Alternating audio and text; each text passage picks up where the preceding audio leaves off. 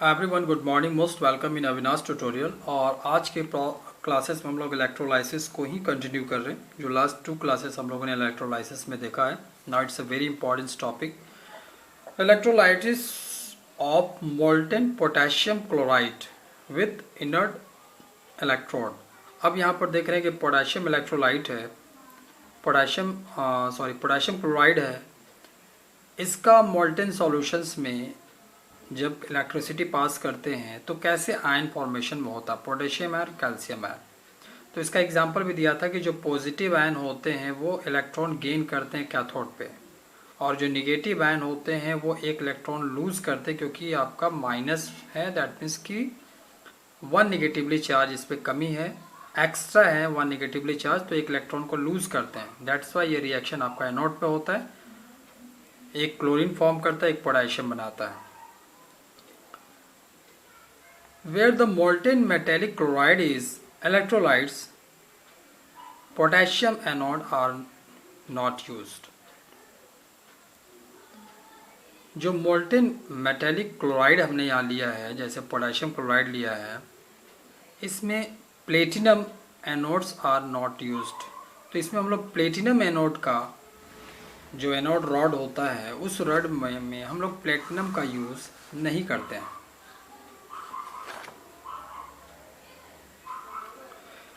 If the solutions contain more than 2 cations and anions, then the preferential discharge of ions depends upon the following fact.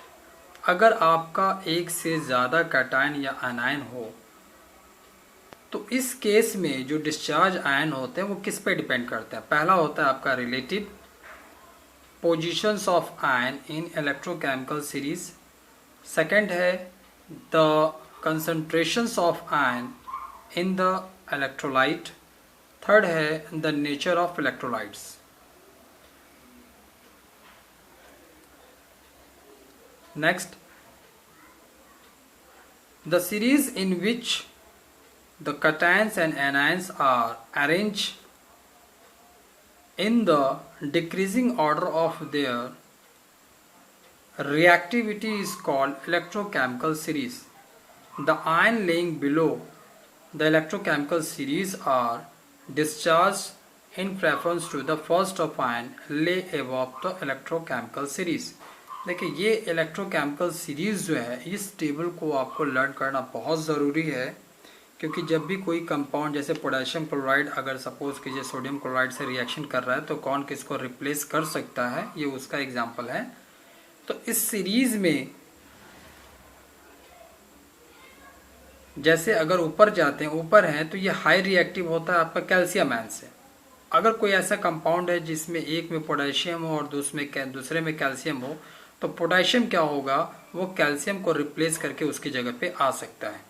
तो ये decreasing order दिया हुआ है electrochemical series का, कि ऊपर वाले अपने नीचे वाले को डिस्प्लेस कर सकते हैं। क्योंकि इसके ऊपर पॉजिटिव आयन सारा लिया हुआ, इसलिए ये कैटायन है, और यहाँ पर सारे हमने ले रखे हैं ये निगेटिव आयन है, दैट्स मीन्स कि ये एनायन है। मतलब सल्फेट जो होता है वो स्ट्रॉन्गर होता है NO3 से। अगर किसी कंपाउंड में एक में सल्फेट है, दूसरे में NO3 है, तो सल्फेट जो होगा वो NO3 वाले को रिप्लेस करके उसकी जगह पे आ जाएगा। तो ये डिक्रीजिंग ऑर्डर दिया हुआ है इलेक्ट्रोकेमिकल सीरीज का, तो इस टेबल को आपको लर्न करना पड़ेगा। इससे रिलेटेड क्वेश्चन भी आता है कि हाँ, इससे रिएक्शन किया तो रिप्लेस होकर के कौन कैसे क्या बन रहा है। जो हमने मोस्ट इम्पॉर्टेंट क्वेश्चन में भी लिया हुआ है, जिसमें हमने क्वेश्चन भी आपको दिखाया था, इससे रिलेटेड जो कुछ क्वेश्चंस थे। Okay, for example during the electrolysis of aqueous solutions, sodium chloride ले रहे हैं, जैसे अभी हमने बताया था कि सोडियम और क्लोराइड लिया गया है।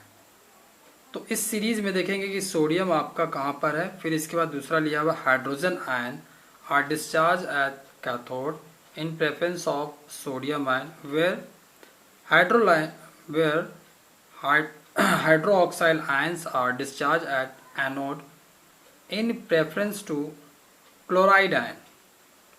As hydrogen ions is laying below sodium ion, hydroxyl ion is laying below chloride ion. In electrochemical series. तो अगर हम इसी एग्जाम्पल को इस इलेक्ट्रोकेमिकल सीरीज से समझें, जैसा क्वेश्चन भी आता है कि अगर आपका सोडियम क्लोराइड दिया हुआ है, यहाँ पर सोडियम क्लोराइड अगर वाटर के रिएक्शन में आता है तो इस सीरीज में अगर हम देखें, यहाँ पर देखा हमने सोडियम आयन है और फिर इसके बाद इस सीरीज में डाउनवर्ड जा रहे हैं तो यहाँ पर हमारा हाइड्रोजन है। इसका मतलब सोडियम जो होगा इस हाइड्रोजन को रिप्लेस कर लेगा। और अगर हम आ जाते हैं निगेटिव आयन में तो इस जगह देखा हमने क्लोरीन आयन को और यहाँ देखा हाइड्रोक्साइड आयन को। क्योंकि क्लोरीन आयन जो है आपका सीरीज में ऊपर है इसलिए ये हाई रिएक्टिव होगा और ये लेस रिएक्टिव होगा। So chlorine ion hydroxide ion को रिमूव कर लेगा। उसी चीज़ को यहाँ पर एग्जाम्पल में दे करके बताया गया है कि सोडियम क्लोराइड जब वाटर से रिएक्शन करता है तो सोडियम क्लोराइड पहले सोडियम आयन क्लोरीन आयन में ब्रेकअप होगा और वाटर जो है वो हाइड्रोजन आयन और हाइड्रोक्साइड आयन में ब्रेकअप हो गया। तो इस तरह से जो कैथोड है वहाँ पर हाइड्रोजन हाइड्रोजन कंबाइन होकर के आपका हाइड्रोजन गैस फॉर्मेशन हुआ और एनोड पे हाइड्रोक्साइड आयन से एक इलेक्ट्रॉन रिमूव होकर के हाइड्रोक्साइड आपका फॉर्मेशन हुआ। तो यहाँ पर हाइड्रोक्साइड जो है इससे आपको वाटर और ऑक्सीजन गैस रिलीज हो रहा है। तो यहाँ पर क्या हो रहा है, जो कैथोड है आपका, इस कैथोड पे हाइड्रोजन गैस आपका फॉर्म हो रहा है और एनोड पे क्या हो रहा है, एनोड पे आपका यहाँ पर ऑक्सीजन गैस, ये एनोड का जो रिएक्शन ये कंप्लीट हुआ है, हाइड्रोक्साइड यहाँ से फिर स्टार्ट हुआ, ये कंप्लीट हुआ है और एनोड पे आपका ऑक्सीजन फॉर्म हुआ है।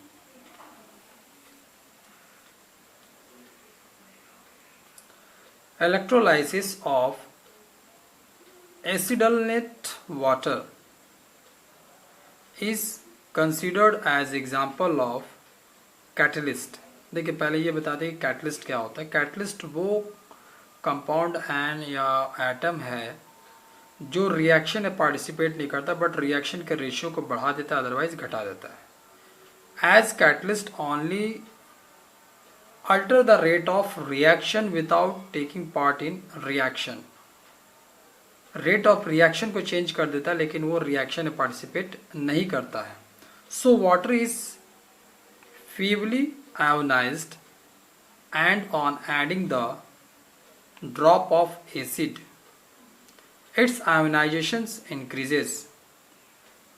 When acidulated water or dilute hydrochloric acid is electrolyzed with inert electrodes, then hydrogen is obtained at cathode and oxygen is obtained at anode in the ratio of 2:1 by volume representative।